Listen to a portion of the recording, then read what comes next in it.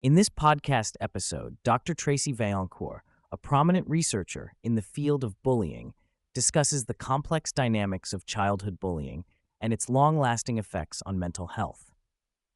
Her insights stem from a deep interest in the social hierarchies of schools and the impact of popularity on bullying behavior. Dr. Vaillancourt's research reveals that popular students are significantly more likely to engage in bullying, highlighting the intricate relationship between power, social status, and aggressive behavior.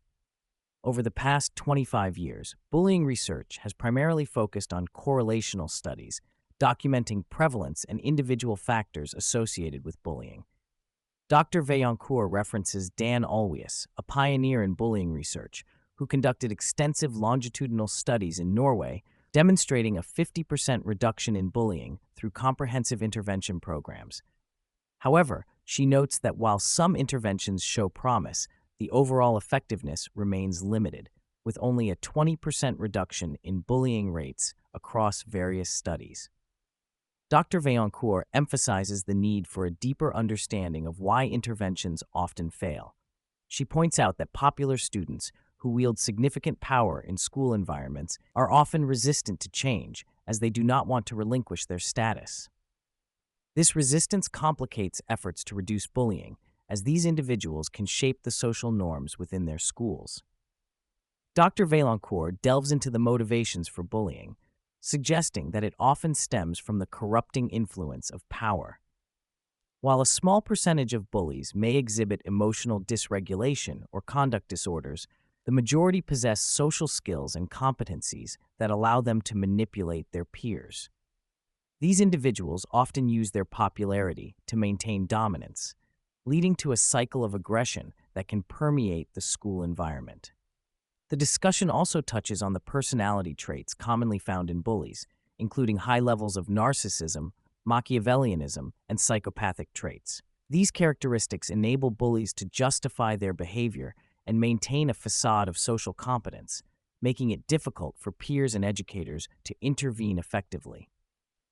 The consequences of bullying extend far beyond the immediate experience, affecting victims' mental health, academic performance, and overall well-being.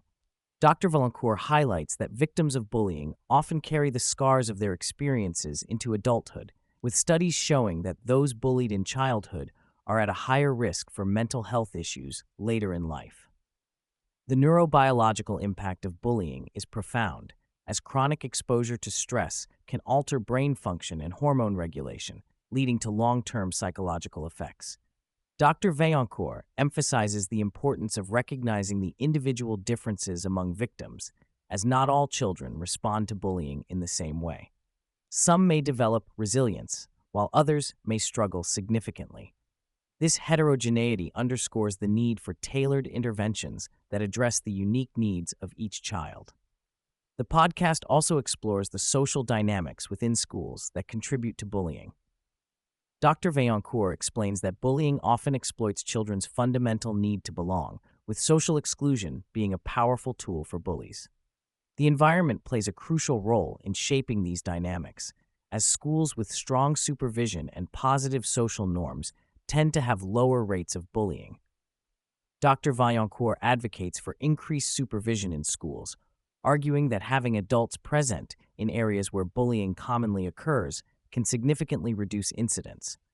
She cites a study conducted during the pandemic that revealed a 50% reduction in bullying due to increased supervision, demonstrating the effectiveness of this simple intervention. The conversation shifts to the relationship between bullying and mental health, particularly in the context of LGBTQ+ youth. Dr. Vaillancourt notes that these individuals face heightened vulnerability and are often subjected to severe bullying, which can exacerbate mental health issues. The stigma surrounding LGBTQ+ identities can further complicate their experiences, making it essential for educators and parents to create supportive environments. Dr. Vaillancourt also addresses the long-term implications of bullying on memory and cognitive function. Research indicates that chronic bullying can impair memory, particularly in areas of the brain associated with stress regulation. This impairment can have cascading effects on academic performance and overall quality of life. While some individuals may claim that their experiences with bullying help them develop resilience, Dr. Vaillancourt challenges this notion. She argues that the long-term consequences of bullying can hinder personal growth and achievement. The idea that bullying is a necessary rite of passage is a misconception that can perpetuate harmful behaviors.